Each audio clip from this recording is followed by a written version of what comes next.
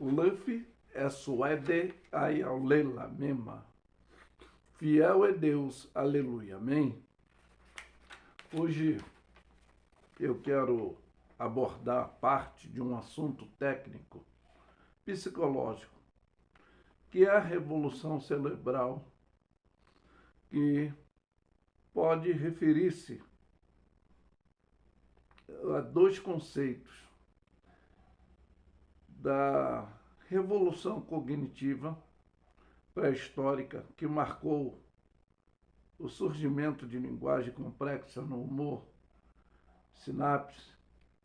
Isso há cerca de 3.000 anos, 30.000 anos atrás, eu posso dizer assim.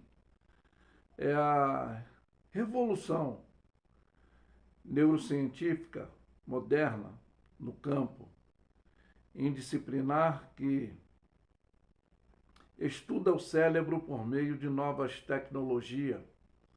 É descobrir o objetivo fundamental para a capacidade de a cooperação de buscar e entender,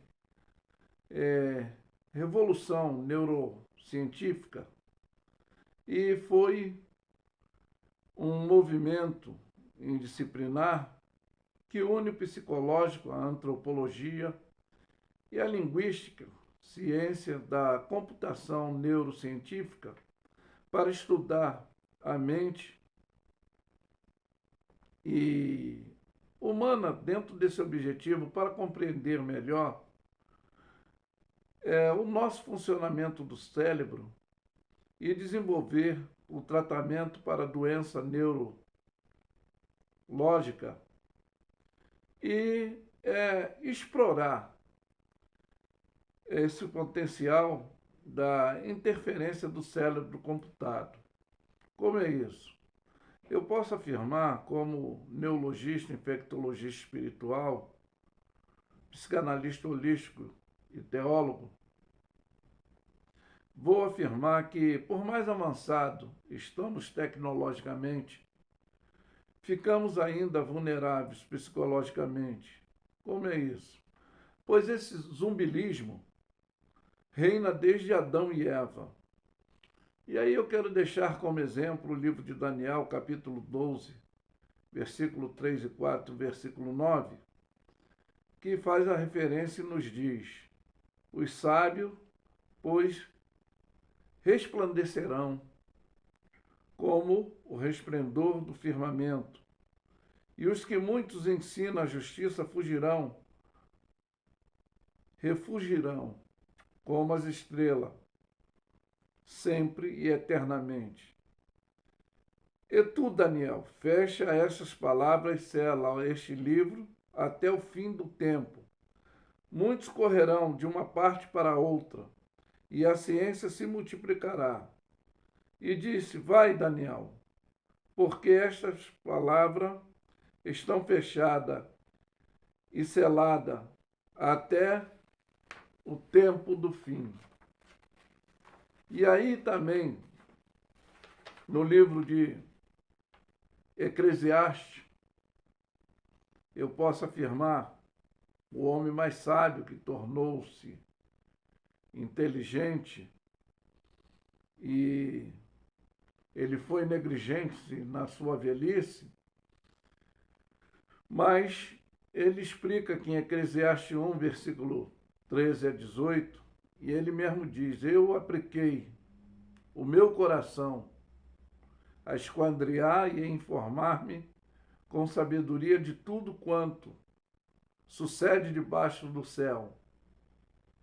E ele diz que esse enfado da ocupação de Deus aos filhos dos homens, para nele os exercitar. E aí ele diz que atendi para todas as obras que se fazem debaixo do sol, e eis que tudo era vaidade e aflição de espírito, aquilo que tornou um transtorno, e não se pode endireitar aquilo que falta, e não se pode ser calculado. Isso é a visão dele. E ele diz: falei eu, o meu coração, dizendo: eis que eu me engrandeci e subpujei em sabedoria todos o que houve antes de mim em Jerusalém. Na verdade, o meu coração contemplou abundantemente a sabedoria e a ciência. E apliquei o meu coração a conhecer a sabedoria, a conhecer os desvaios e as loucuras, vim saber que também isto era aflição de espírito, porque na minha sabedoria há muito enfado, é o que aumenta em ciência, aumenta o trabalho. Aí ele afirma ainda em Eclesiastes 3:1, tudo tem um tempo determinado, há tempo para todos os propósitos debaixo do céu. Também Eclesiastes 3:14 diz, eu sei que tudo quanto fez Deus dura eternamente, nada se deve acrescentar, nada se deve tirar. E isso fez Deus para que haja temor diante dele. Como Eclesiastes 12, 13 e 14, nos afirma, de tudo que se tem ouvido, o fim é temer a Deus e guardar os seus mandamentos, porque esse é o dever de todos os homens, porque Deus há de trazer a juízo toda a obra, até tudo que está encoberto, quer seja bom, quer seja mal, seja ruim. E Eclesiastes 4:23 diz, tudo que se deve guardar, né? É o nosso coração, porque dele procede a saída da vida. Aí é que está essa condição, ainda que o surgimento de linguagem complexa no humor, dessa sinapse, que foi essa revolução, conforme eu citei, há cerca de 30 mil anos atrás, positivamente. Então, dentro dessa neurociência, foi para dentro dessa modernidade, nesse campo indisciplinar, e estudar o cérebro por meio dessa tecnologia que é neurocientífica, e dentro desse comportamento, esse movimento indisciplinar que une esse psicológico, né, a antropologia, a linguística, a ciência, dessa computação neurocientífica para estudar a mente humana.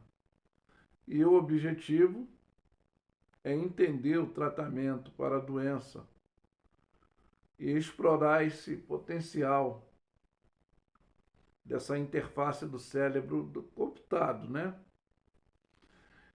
E na realidade, eu posso dizer, conforme eu afirmei, por mais avançada tecnologicamente estamos, nos tornamos vulneráveis. Que essa vulnerabilidade, ela reina desde Adão e Eva. Por quê? Pela condição cobiçosa, gananciosa do ser humano, a desobediência. Então isso é que traz muitos transtornos, muitas dificuldades, ansiedade, os desejos inadequados, a desobediência, a arrogância, a altivez, mas dentro dessa revolução neurocientífica, o mais moderna que nesse campo se tornou foi essa condição indisciplinar. Mas o nosso dever, dentro dessa captação cerebral, é obedecer regra, ética e prática para a conduta fundamental de princípios e saber, eu posso afirmar, qual é a boa, perfeita, agradável vontade de Deus para nossas vidas, não só no campo espiritual, mas social e vivermos psicologicamente ajustado, estabilizado. Mas que fica essa mensagem objetiva e simples para o vosso entendimento. Por isso que eu afirmo que Lef é Suede, Ayalela Mema, fiel é Deus, aleluia, amém? Ficam todos na paz. Tenham um bom dia.